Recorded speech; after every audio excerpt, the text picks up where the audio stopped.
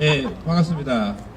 저는 오늘 사회를 맡은 김천시 농민의 사무국장 이재호라고 합니다. 반갑습니다. 예, 늘 앞에 서면 떨리는데 오늘도 여전히 떨리네요. 그래서 김덕기 청장님한테 오늘 좀 더 한 번도 안 되겠냐고 여쭤봤더니 그냥 하라고 합니다. 그래서 일단 저기 섰습니다. 근데 오늘이 또 중요한 날이죠. 위에 노란 리본 보이시나요? 예, 오늘이 그 세월호 9주기 되는 날입니다. 뭐 조금 있다가 또 뭐 그런 얘기도 할 수 있을 것 같은데, 예, 그때 또 얘기를 들어보도록 하겠습니다. 오늘은 그 사드 반대 김천 평화 촛불이 903회 되는 날입니다. 예, 903회 평화 촛불을 진행하도록 하겠습니다. 예, 먼저 민중의례가 있겠습니다. 좀 불편하지 않으신 분들은 일어서셔서 진행하도록 하겠습니다. 오늘 이 세월호 9주기인데 어쨌든 우리 아이들이 억울하게 많이 희생된 날입니다. 또한 이 땅의 자유와 평화를 위해서 먼저 가신 분들을 위해서 묵념을 하도록 하겠습니다. 일동 묵념.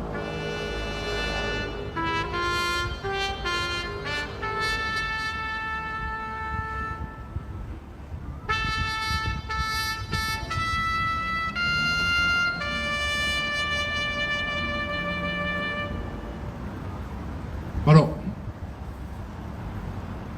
다음은 임을 위한 행진곡을 힘차게 제창하도록 하겠습니다.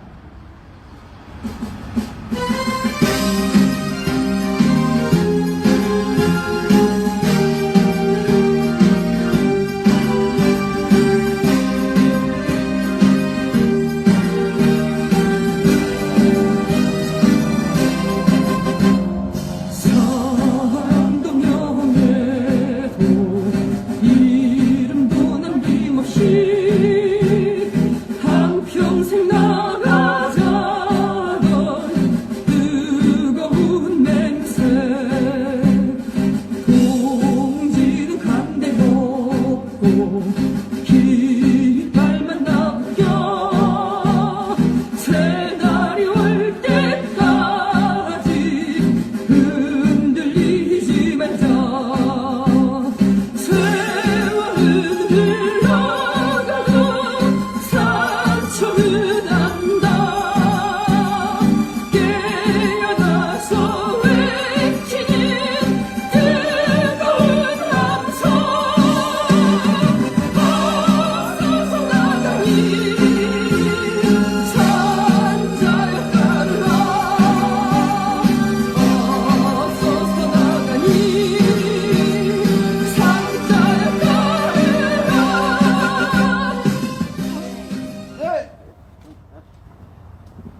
구호 한번 외치고 가겠습니다. 세월호 참사 기념해서 준비한 구호입니다. 어둠은 빛을 이길 수 없다.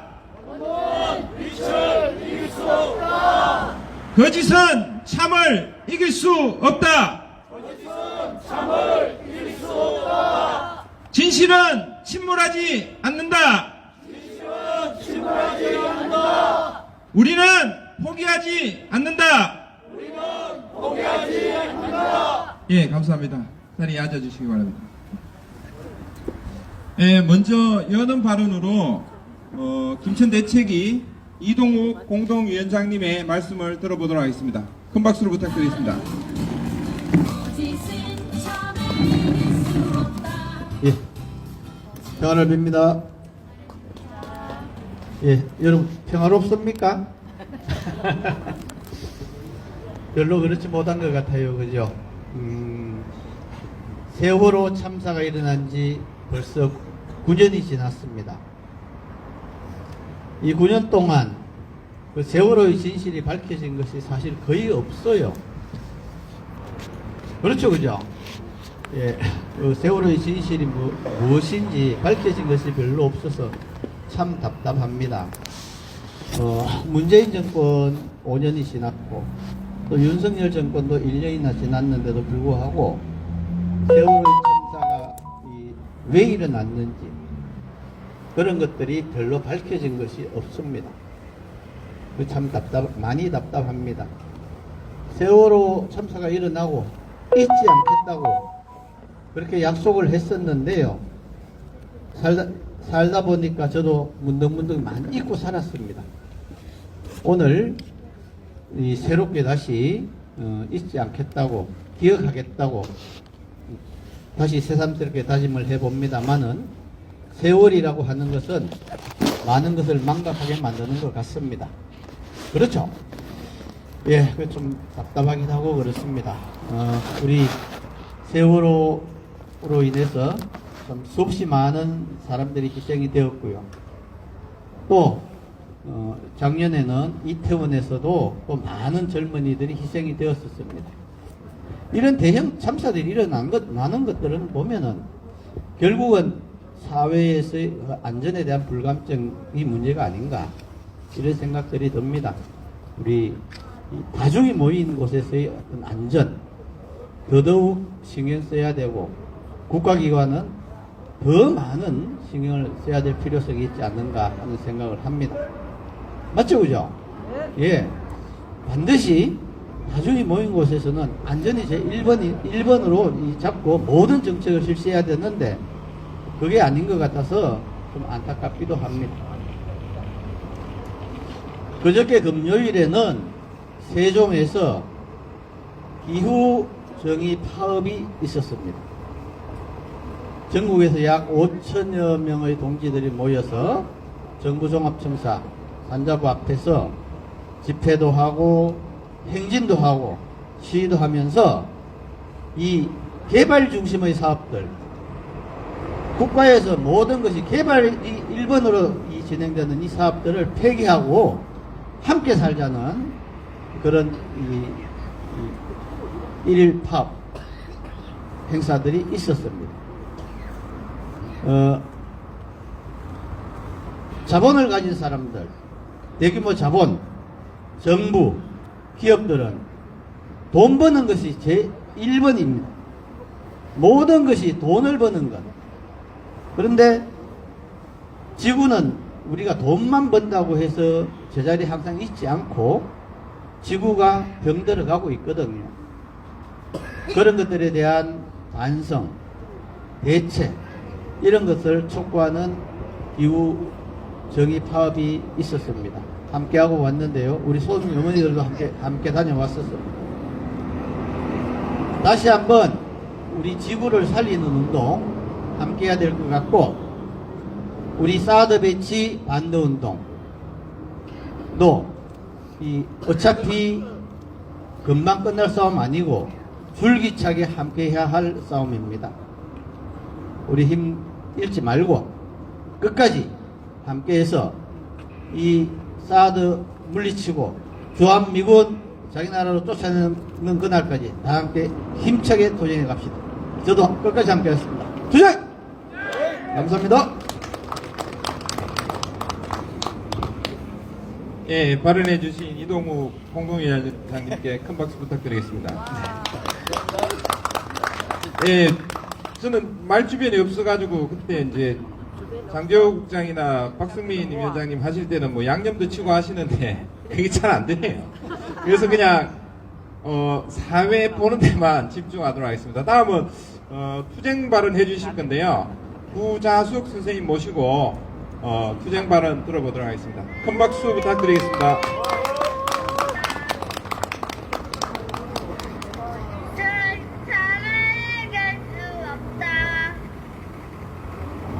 안녕하십니까. 네. 투쟁 발언이라기보다 오늘 4.16이라서 그것을 의미를 되새기는 그런 시간을 한번 가져보려고 이렇게 했는데요.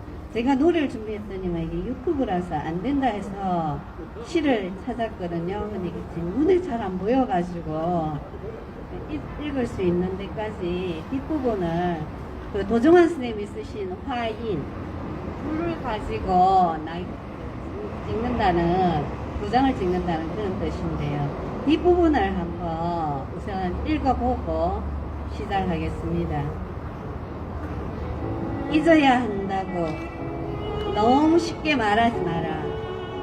이제의 4월은 내게 옛날의 4월이 아니다.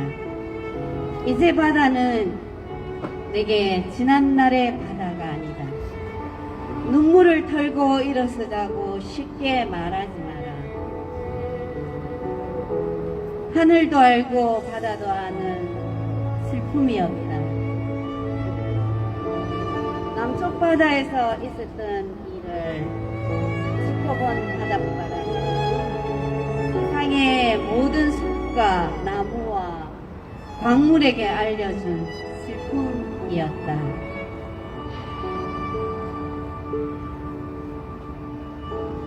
화인처럼 지켜 평생 남아있을 아픔이었다.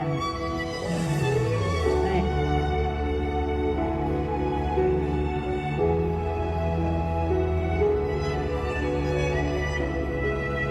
네, 이게 이 시 뒷부분인데요. 이 부분에서 뭐라고 했느냐 하면 이제 4월은 더 이상 그 옛날의 4월이 아니다. 이제 바다는 더 이상 그 옛날의 바다가 아니다. 이렇게 이야기했는데요. 왜 그러냐 하면 세월호 이전에도 바다는 있었고 세월호 이전에도 사고는 참 많았습니다. 제가 어렸을 때 제일 먼저 들었던 사고가 뭐였느냐 하면 와우 아파트라고 하는 서울의 5층인가 아파트가 무너진 사고였거든요. 그 다음에 정말 사고가 줄줄이 일어났어요.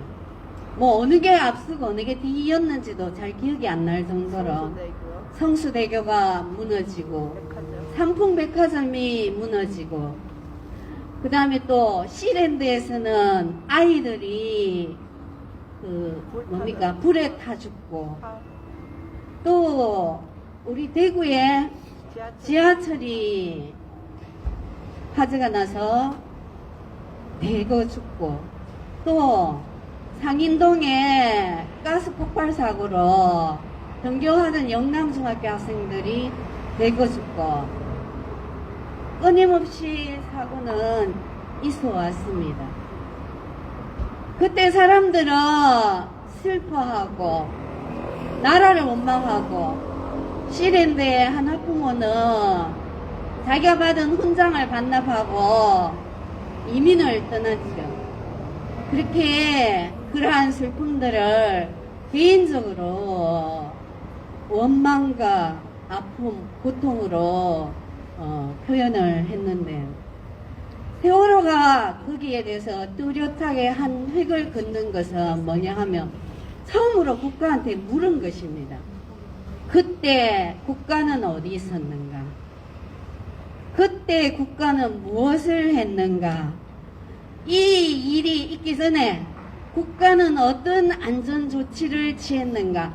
비로소 우리는 안전이라는 것을 우리의 생명과 우리의 재산을 국가가 지켜줘야 한다는 것을 국가에게 묻게 된 것이었기에 그 바다는 더 이상 옛날의 그 바다가 아니고 그 참사는 더 이상 옛날의 그 참사가 아닌 뚜렷한 획을 긋는 사건이 되었습니다.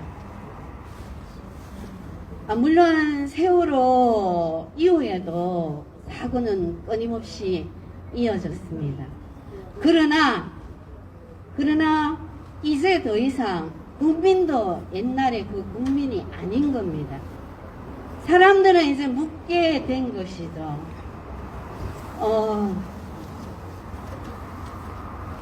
그 세월호 때 많은 사람들이 세월호 유족들을 위로하러 달려갔는데요. 그 중에 대구 지하철 참사 유족들도 있었습니다. 저는 그 대구 지하철 참사가 그때까지 세월호가 2014년이었는데 대구 지하철 참사는 2003년 근데 그 2014년까지 10여 년이 지나도록 대구 지하철 참사의 문제도 해결이 되지 않아서 막 유족들이 불법 유골 를 묻었다고 막 뭡니까 입건된 상태고 해결이 안 됐다는 이야기를 들었습니다. 대구 지하철 참사는 개인적으로도 저에게는 아픔이 됩니다. 처음에는 가족이나 친구 이런 사람에게 전화를 해서 다들 무사하다는 말을 듣고 아 다행이다 그나마 다행이다 했는데요. 근데 곰곰이 생각해 보니까 그래 나에게는 졸업생들이 있다. 내가 가르친 아이들이 대구에도 진학하지 않았을까. 그 애들도 혹시 모를 일이다. 전화를 했어요. 했더니 1학년 때 우리 반이었던 아이가 그 지하철을 타고 있다가 휴대전화 마지막 발신지가 되었다고 합니다. 그래서 그 지하철 있는 그곳을 찾아가 보니까 어머니 아버지가 벽에다 환하게 딸의 사진을 붙여놓고 그 앞에 스티로폼을 깔고 이불을 덮고 너무나 서글픈 표정으로 두 분이 앉아 계신 거예요. 그때 그 대표되는 사람 같은 사람이 갑자기 나타나니까 사람들이 그분에게 몰려가니까 하는 말이 여러분 벌써 물청소를 다 했습니다. 그래서 그 유품들하고 다 거두어가지고 지금 종점으로 가고 있습니다. 우리 달려가서 이걸 찾아야 됩니다. 이거 우리 증거물입니다. 그러니까 이제 그 유족들이 와 하면서 나가더라고요. 그게 그 어머니 아버지와의 마지막 인사였거든요. 그리고는 오랫동안 잊고 있던 그 일이 세월호와 더불어 다시 수면 위로 나타났습니다. 그리고 또 그게 잊혀졌다가 이태원 참사로 우린 다시 또 그동안도 무수한 사고가 있었구나 알게 된 것이죠. 이태원 참사를 겪으면서 사람들은 세월호를 떠올렸습니다. 국가도 당연히 떠올렸겠지요. 그러니까 서둘러서 얼굴과 이름이 없는 분향소를 만들어서 사람들에게 잊으라고 한 거죠. 그거는 제가 보기에는 유족과 죽은 아이들에 대한 지독한 모독이었습니다. 이 죽음은 부끄러운 죽음이다. 옛날에 고등학생들이 고고장에 갔다가 또 대구에 지하에 있는 고고장에 갔다가 불에 타 죽은 일이 있거든요. 그런 부끄러운 죽음이다. 그러니까 이 사람들 누군지 알려서는 안 된다. 이런 것을 그 부모와 그리고 우리에게 강요하는 것밖에 되지 않는다고 생각했습니다. 근데 이태원 참사의 부모들은 나섰지요. 그리고 이제 우리는 그 옛날에 국민이 아닌 우리는 같이 묻게 된 겁니다. 아니 놀러 가다 죽든 길 가다 죽든 일하다 죽든 그 죽음에 대해서 국가는 왜 책임져 주지 않느냐. 그렇게 그 수학여행 가다 죽었는 거를 무슨 희생자냐 했는 그 사람들이 김용균이 죽었을 때 뭔 슬퍼해줬고 무슨 새로운 법을 만들어서 그 일을 방지하려고 노력했느냐고요. 우리 묻게 된 겁니다. 이제 세월호의 참사는 우리에게 그러한 것을 처음 가르쳐준 그 이전에 많은 사건들이 차곡차곡 쌓여서 이렇게 알려주는 그러한 사건이라고 생각합니다. 그래서 이제 더 이상 4월은 그 옛날의 4월이 아니고 그 바다는 더 이상 옛날의 그 바다가 아니고 더 이상 우리는 그 옛날의 우리가 아닙니다. 다만 변하지 않은 것은 이 나라에 자기들이 지도층이라고 내세우는 그 사람들만이 변하지 않고 그저 그 옛날에 머물러 있을 따름이지. 우리는 묻습니다. 우리의 재산과 우리의 생명과 우리의 안전을 책임져 줄 국가는 어디에 있느냐? 토마스 홉스라는 사람이 리바이든에서 그렇게 말했습니다. 인간은 너무나 이기적인 동물이다. 자기 이익에만 관심이 있다. 그러나 모든 인간이 자기 이익만 챙기려다 보니 서로 죽고 죽이게 된다. 인간은 자기의 생명도 소중하게 생각하기 때문에 재산 못지않게 이 소중한 자기의 생명을 지키기 위해서 리바이든, 성서에 나오는 괴물인데 우리나라에서는 보통 국가라고 번역을 하거든요. 이 국가라는 괴물을 만들어서 자신의 권리를 양도해서 자신을 지켜달라고 하는 것이다. 그렇게 이야기했거든요. 그래서 우리는 비로소 깨닫게 된 겁니다. 우리가 양도했는 우리의 권력을 가지고 국가는 우리를 지켜달라. 우리 김천 성주 소승리 분들이 이 자리에 있는 것도 이 외침도 그것이 아닙니까? 당신들이 우리가 양도한 권력을 가지고 어떻게 우리 땅을 지켜주지 않고 우리 생명을 지켜주지 않고 우리 안전을 지켜주지 않느냐고 우리를 지켜달라고 그렇게 8년째 이 광장에서 외치고 있는 겁니다.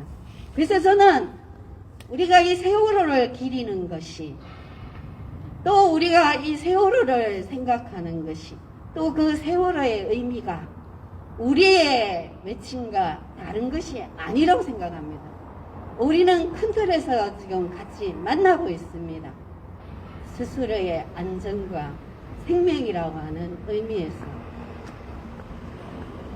세월호의 그 아이들이 이태원에서도 죽고 크고 작은 많은 사고에서 거덕거덕 죽었는데 우리는 더 이상 그렇게 죽어서는 안 된다고 외치는 겁니다. 할로윈 축제 저 너무 싫어합니다. 하지만 그것이 죽어도 되는 이유는 아닙니다. 국가는 우리를 보호해줘야 되고 국가는 우리의 땅을 지켜줘야 되고 국가는 이 땅에 있는 우리 생명을 지켜줘야 되고 특히 빛나는 그 젊음을 국가는 책임져 줘야 됩니다. 그래서 우리는 오늘 다시 세월호를 생각합니다. 다시 그들이 죽어서는 안 된다고 생각하는 거예요. 그들이 여전히 이태원에서 죽고 또 다른 곳에서 죽고 이러한 죽음이 여전히 있어서는 안 된다고 우리 스스로 그들에게 미안해하면서 우리 스스로 우리가 좀 더 치열하게 싸우지 않은 탓이 아닌가 반성하면서 이렇게 이 자리를 지키고 있는 것입니다. 함께 우리 자신을 지키고 우리 쌀들을 뽑는 그 힘으로 모든 곳에 따뜻한 사랑의 눈길을 보냈으면 합니다. 감사합니다. 그래도 섭섭하니까 구호 한번 외치고 하겠습니다. 저 이번에 나왔던 거 저기 뭐야 방금 했던 구호 있죠. 우리는 포기하지 않는다. 쌀도 뽑고 우리 생명 우리가 지키자. 네. 감사합니다. 예, 구현 선생님 감사합니다. 아, 끊어질 듯 계속 이어지는. 예. 근데 오늘 너무 또 이 마음에 이 여운이 많이 남는 내용들이었던 것 같아요. 예, 큰 박수 부탁드리겠습니다. 예, 다음 또 투쟁 발언 이어가도록 하겠습니다. 예, 우리 박승민 자문위원 모시고 평화 강좌 오늘 또 시작해 보도록 하겠습니다. 큰 박수 부탁드리겠습니다. 네, 일주일 잘 지내셨죠? 네. 이재욱 선생님 말씀 잘 들었습니다. 근데 정말 기억하고 잊지 말아야죠. 오늘은 세월호 구주기 벌써 9년이 지났네요. 근데 오늘 집회 준비하면서 이제 3일 있으면 또 4.19 63주년이에요. 그래서 4.19 얘기도 오늘 하면 좋겠다고 해서 4.19 얘기하고 평화 이야기 6번째 한중지교 영상 보고 이렇게 해보도록 하겠습니다. 4월에 생각해보니까 잔인한 날이네요. 그죠? 4월 3일 4.3도 있었고 4.16도 있고 4.19 4.19는 물론 부분적으로 승리한 역사이기도 한데 4월 19일 4.19 혁명은 이승만 독재 그리고 노역에 물든 이승만의 부정선거를 통한 장기 집권을 막으려고 싸웠던 그런 투쟁이어서 186명이 죽었어요. 그리고 6,026명이 부상당하는 그리고 그때 당시에 송효찬이 서울, 부산, 대구, 광주 이런 데 계엄령을 선포하기도 해요. 그 송효찬은 누구냐 하면 4.3 때 4.3 민중 학살했던 놈이에요. 이게 4.19 때도 또 계엄령을 내리는 그런 일을 벌였던 인물인데 1980년까지 오지게 오래 살았어. 근데 그래서 이게 소강 상태에 빠졌다가 4월 25일 날 4월 19일 피해 일요일을 거치고 4월 25일 교수들이 데모에 나서면서 4월 26일 날 이승만이 프란체스카 손잡고 이제 하와이로 떠나요. 그래서 이제 하야시켰던 이런 싸움입니다. 우리 민중들의 역사는 투쟁의 역사고 지배 권력은 이 역사를 바꾸지 않고 이걸 유지하려고 하는데 민중들이 투쟁으로 이 역사를 바꿔온 역사예요. 그래서 우리 그 많은 투쟁 중에 유일하게 혁명이라고 붙이는 게 4.19 혁명입니다. 그죠? 다른 거 보면 6월항쟁, 뭐 다 이제 광주 민주항쟁, 4.3 민중항쟁 이렇게 얘기하는데 4.19는 혁명이라고 붙여요. 그래서 혁명이 뭐냐? 혁명은 세 가지 징표가 필요해요. 첫 번째, 기득권은 절대 자기 권력을 스스로 내놓지 않아요. 그래서 싸움의 방식이 일반적이고 평화롭게 잘 안 되고 사람이 죽어요. 두 번째는 정권이 교체돼야 돼요. 바뀌어요, 정권이. 세 번째는 해당 시기에 사람들의, 민중들의 요구가 실현되는 사회가 돼요. 이렇게 될 때 이걸 혁명이라고 얘기합니다.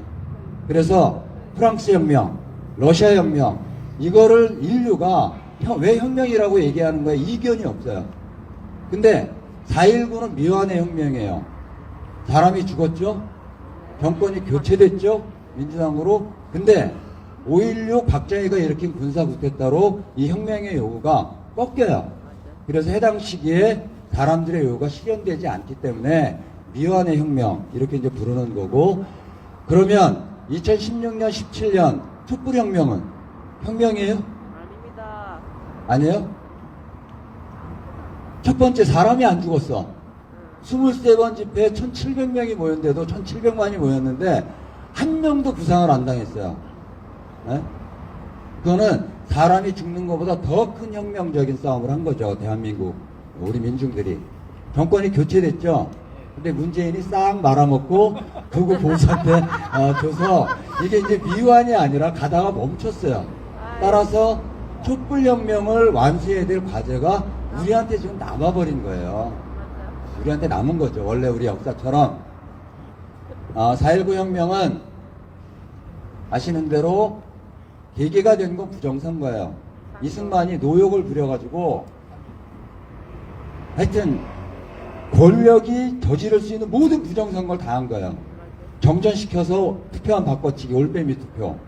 그 다음에 3인조, 9인조 누가 뭘 찍는지 알게 하고 투표한 바꿔치기. 하여튼 동원할 수 있는 모든 부정선거를 저질렀죠. 그리고 얘가 뭐라고까지 얘기했냐면 야당이 부통령, 그러니까 3.15 선거는 부통령 선거가 중요했어요. 그래서 이기붕 이제 내세우고 이랬다. 근데 참 이승만이 복도 많아. 조병옥 당시에 야당 후보는 미국의 신병치료차 가서 죽었죠. 신익희 선생은 호남행 열차 타고 가다가 기차에서 배 움켜쥐고 죽었죠. 가장 큰 정적인 조봉암은 진보당 사건으로 58년에 사형시켰죠. 적수가 없었어요. 그래서 부통령 선거가 중요했는데 그 부정선거를 이제 한 거죠. 그래서 그때 이승만이 뭐라고까지 얘기했냐면 야당에서 부통령이 되면 응대하지 않겠다 이렇게까지 얘기했어요. 아주 치졸한 거죠. 지금 윤석열이 대통령 되고 난 다음에 지금 200일이 지났는데 야당 한 번도 안 만나요. 그 치졸하면 똑같아. 예? 협치 이거 없어요. 시키는 대로 하라는 거죠. 그래서 3.15 이 우직한 마산 사람들이 김주열 최루탄이 얼굴에 박힌 시체가 마산 앞바다에 올라오는 거 보고 싸워서 마산에서도 한 10명 죽어요. 예? 그래서 전국에 이러다 이제 4월 19일 날 경무대 앞에서 서울 일원에서 100여 명 정도가 경찰이 쏜 총에 맞아 이제 죽죠. 병원에 가서 서로 내가 피를 헌혈하겠다고 하고 돈이 필요하면 돈이 모이고 막 이렇게 됐어요. 근데 이 4.19 시작은 어디냐? 어디겠습니까? 대구예요. 지금은 조금 이 동네가 이상해져가지고 그렇긴 한데 윤석열 지지율을 떠받치는 도시가 됐지만 대구는 동방의 모스크바라고 불렸어요. 네? 그러니까 러시아 혁명이 성공한 소련 모스크바를 상징해서 가장 46년 10월 민중항쟁 이래서 좌익 세력이 가장 컸고 가장 진보적인 도시가 대구였어요. 그래서 2월 28일이 일요일인데 그때 뭐가 떨어지냐 하면 고등학생들 등교령이 떨어져요. 학교 나오라고. 그리고 대구는 섬유 공장이 많았죠. 섬유 노동자들도 출근령이 떨어져요. 근데 27일 날은 다 조퇴시켰어요, 일부러.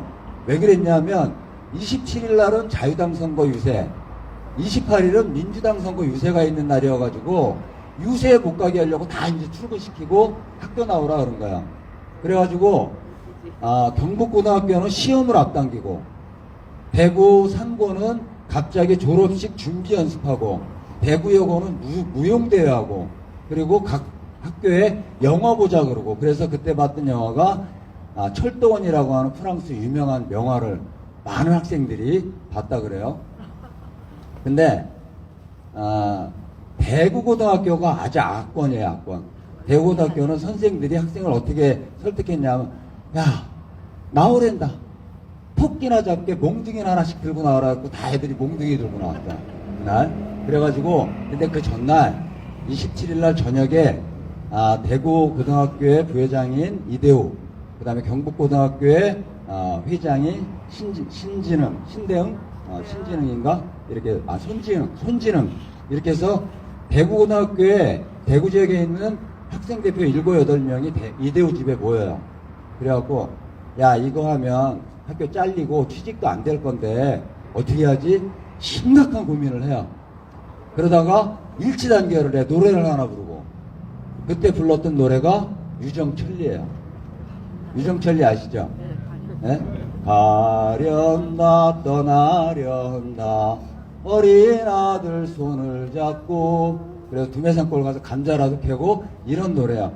야 감자라도 캐먹고 살지 뭐. 그래서 데모를 하기로 결행해서 일치단결 이제 마음을 딱 먹고 대구 특유의 결의 발언들을 하죠. 뗐나?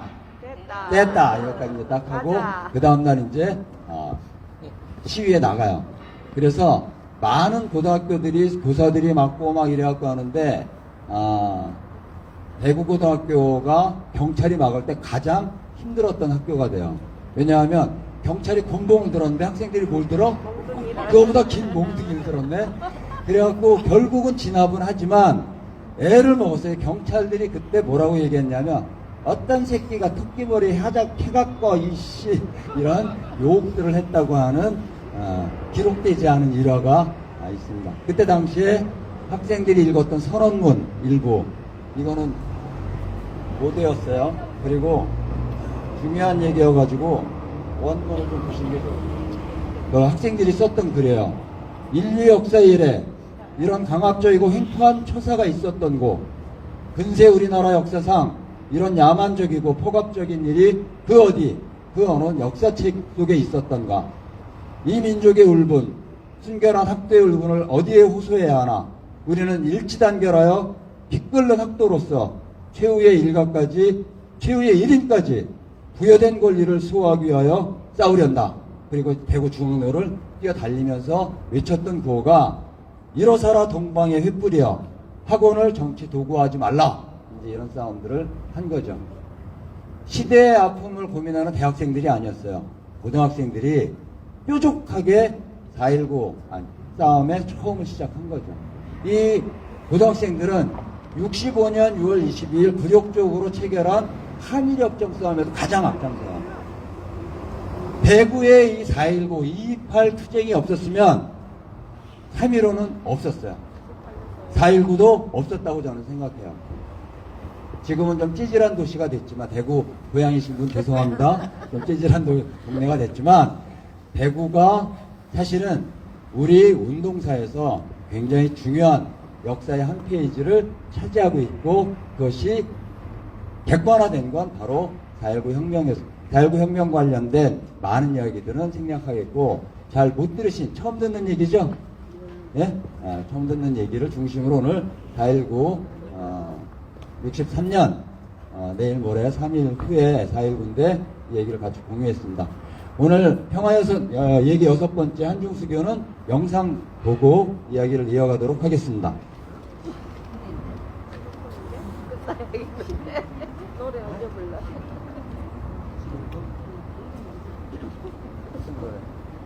저기서 노래 안 했잖아. 우리나라와 중국이 대사급 외교 관계를 맺었습니다. 한중 수교의 즈음에서 노태우 대통령은 대한민국과 중화인민공화국은 오랜 비정상적인 관계를 형성하고 대사급 외교 관계를 수립하기로 합의했습니다.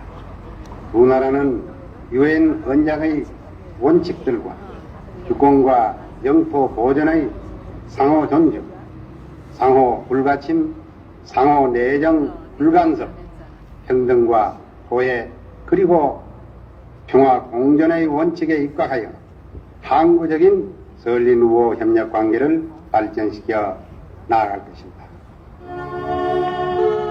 국경에서 대한뉴스 윤병일 백성기 특파원의 보도입니다. 이곳 조원에서 이상옥 외무부 장관과 전기침 중국 외교부장은 양국 간 외교관계 수립에 관한 공동성명서에 서명했습니다. 이 공동성명은 두 나라가 8월 24일자로 대사급 외교관계를 수립했다고 밝히면서 한국은 중국을 유일한 합법정부로 승인하고 양국은 이번 수교가 한반도와 아시아의 평화와 안정에 기여할 것을 확신하며 중국은 한반도의 평화적 통일을 지지하고 양국은 빠른 시일 안에 대사를 교환한다고 선언했습니다.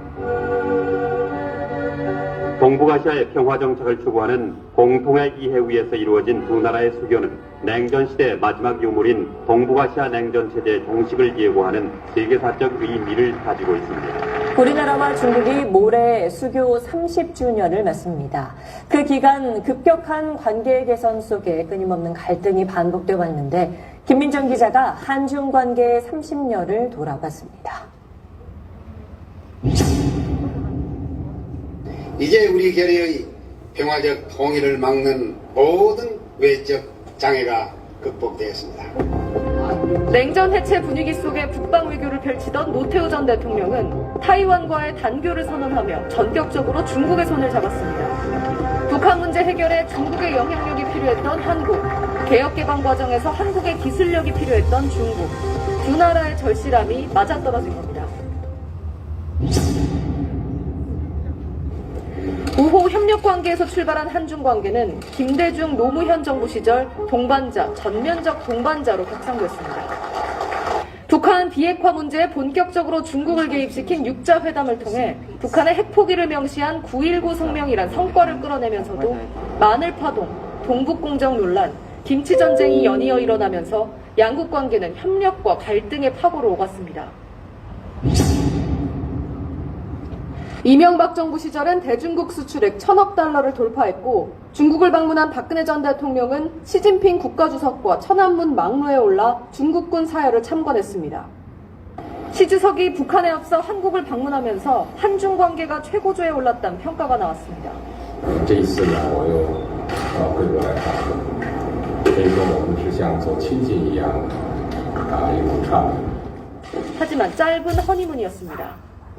이듬해 사드 배치 결정 이후 양국 관계는 순식간에 얼어붙었습니다. 중국 정부는 한한령 조치와 동시에 중국에 진출한 한국 기업을 상대로 보복에 나섰습니다. 이를 풀기 위해 문재인 정부 시절 관계 개선 협의가 이루어지기도 했지만 최근 중국이 다시 사드 3불에 더해 제한적 운용의 일환까지 꺼내들면서 사드 배치 정상화를 공언한 윤석열 정부로선 만만치 않은 숙제를 안게 됐습니다. SBS 김민정입니다. 네, 영상 보신 대로 한중수교 얘기하겠습니다. 그 해외 나가시게 될 때 어떻게 가세요? 비행기 타고. 네? 유튜브로 비행기 타고 가지. 비행기 타고 가요. 네? 안 가요? 죄송합니다. 못 가요. 네. 비행기 타고. 아, 비행기 타죠? 네? 우리 이제 이 대륙에 붙어 있는 반도지만 대륙에 붙어 있음에도 불구하고 섬이라서. 기차로 못 가요. 섬이라서. 46년 3월까지 서울역에서 8인 기차표를 끊을 수 있었어요. 맞아요. 분단 때문에 사실은 섬이 돼버린 거죠. 그래서 그냥 꿈이 아니라 기차를 타고 유라시아 대륙을 통과하고 유럽에 가고 싶다. 여행 갈 수 있는 그런 나라를 빨리 만들어야 안 되겠습니까? 가고 싶다. 분단이 우리를 옥죄고 있었다고 하면 냉전이라고 하는 것이 우리들의 삶을 분단 이후에 옥죄고 있었어요. 이걸 다 푼 게 90년 9월 30일 한소수교, 91년 9월 17일 유엔 동시가입, 그리고 그해 12월 13일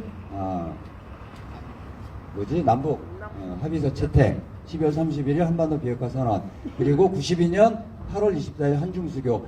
냉전이 칼냉전 전 세계 분위기에 올라탄 거죠. 그래서 한중수교까지 한 건 동북아의 냉전 구조를 해체하는 동북아 지형을 근본적으로 변화시키는 마지막 퍼즐이었어요.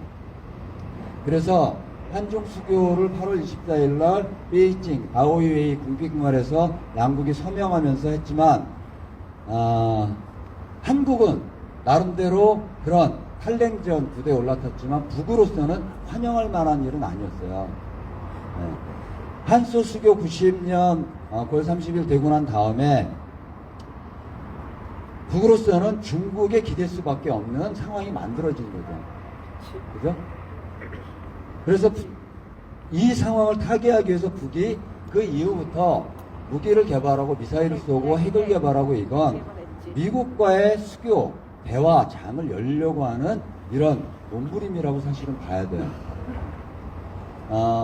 양상쿤 당시 중국 국가주석이 92년 5월 달에 평양을 방문해서 김일성 주석을 만나서 한중 수교가 불가피하다 이렇게 이제 얘기를 해서 김일성 주석의 생일을 앞두고 폭죽이 아니라 폭탄을 던지고 가요.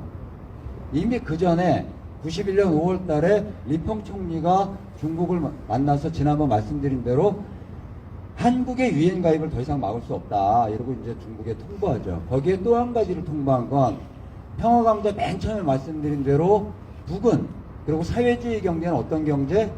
구상무역이라 그랬죠. 그죠? 물물교환 방식으로. 그래서 북이 상대적으로 경제를 유지할 수 있는 방편이었는데 91년 5월 달에 리펑 총리가 전달한 건 앞으로 그렇게 안 한다. 현금으로 내라. 이렇게 한 거예요. 그래서 90년부터 북이 급전직하게 되는 그래서 고립부원의 상태로 빠지게 되는 북으로서는 이 한중수교, 한수수교 이게 참으로 어려운 시절을 맞게 되는 이런 상황으로 사실은 치닫게 되는 이런 거였죠. 근데 한소수교 전에 중국이 먼저 이걸 계획해요. 84년 5월 달에 덩샤오핑이 한국과의 수교 필요하다 이렇게 얘기해요.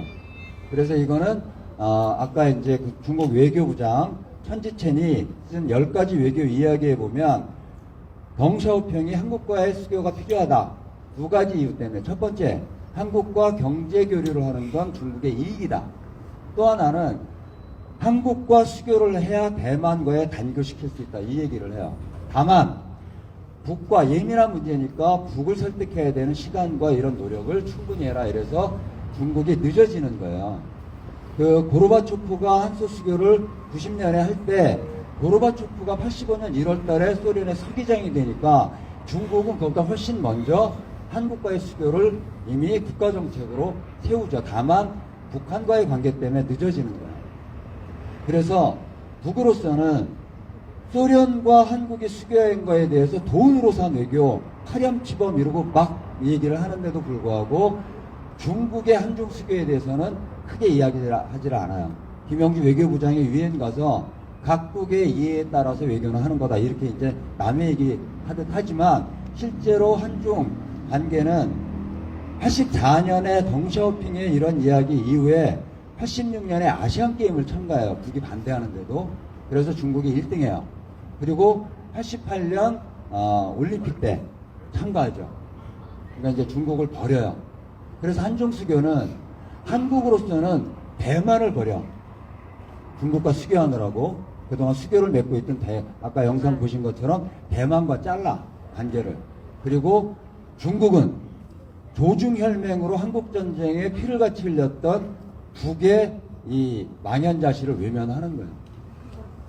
자신들의 국가 이익을 위해서. 노태우는 노태우 회고록 학원에 뭐라고 썼냐 하면 중국과 수교하는 이유는 너무나 분명하다.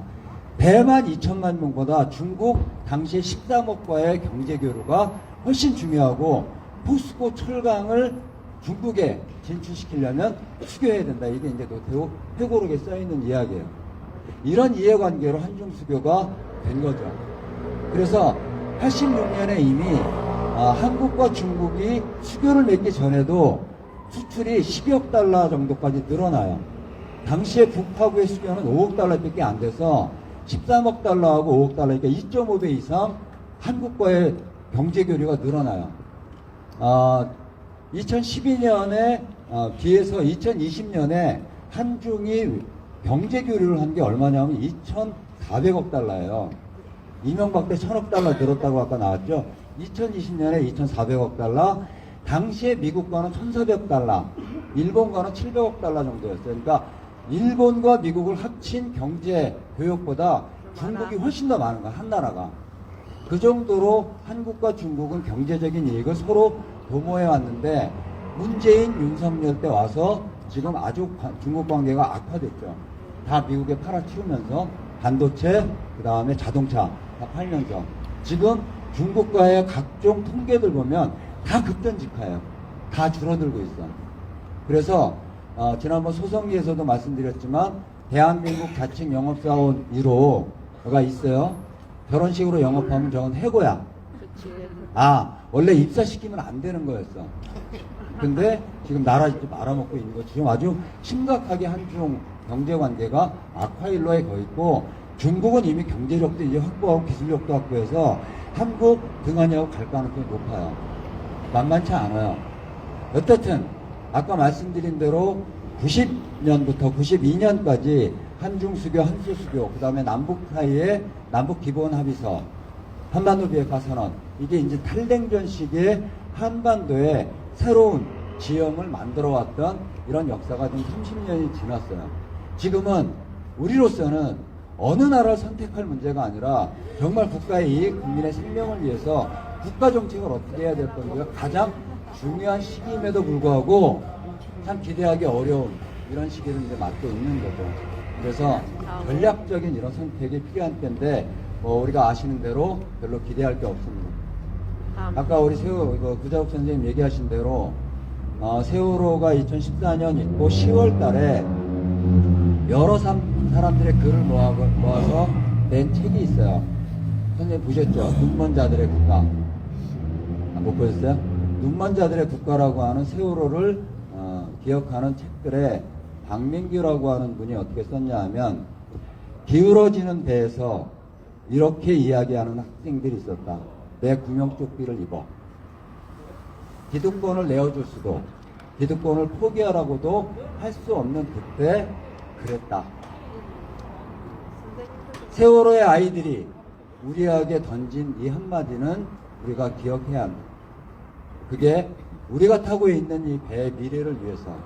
그래서 세월호가 고철덩어리가 되지 않도록 해야 되는 건 우리에게 남겨진 과제다. 이렇게 썼어요.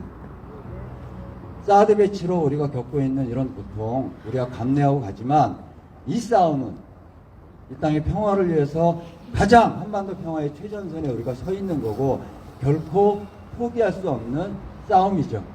맞습니까?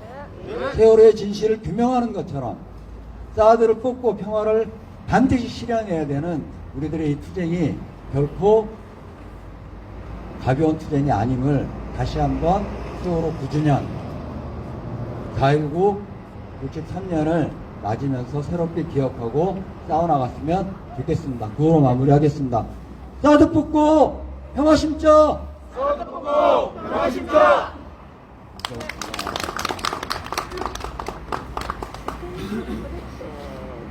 예, 박승민 자문위원회 역시 실망시키지 않는 명강이었습니다. 큰 박수 부탁드리겠습니다. 예, 이제 한 가지 순서가 남았는데요. 그 전에 공지사항 3가지만 전달하고 다음 순서 진행하도록 하겠습니다. 오늘 약밥 받으셨죠? 네. 예, 그거는 그 성주에서 준비해 주셨습니다. 잘 먹겠다고 박수 한번 쳐주세요. 네, 그리고 오늘 22일에는 그 토요일날 소성리에서 14차 범국민 평화행동이 예정되어 있습니다. 김천에서도 당일 많이 좀 참석할 수 있도록 이렇게 부탁드리겠고요. 그 다음에 집회가 이제 또 여름이 오면서 낮의 길이가 길어지고 있어요. 그래서 농민들은 좀 늦게까지 일을 해야 돼요. 그래서 시간을 한 30분 정도 늦출 거예요. 다음 주 23일부터는 지금 7시 30분에 시작하고 있는데요. 8시에 시작할 수 있도록 그렇게 준비하도록 하겠습니다. 예, 많이 기다리셨습니다. 정진석 가수님 모시고 노래 공연 듣도록 하겠습니다.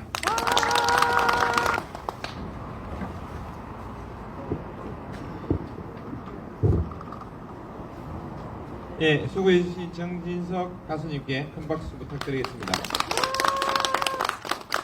예, 오늘 903회 집회 잘 마무리 된 것 같습니다. 일단 마무리 구호하고 마치도록 하겠습니다.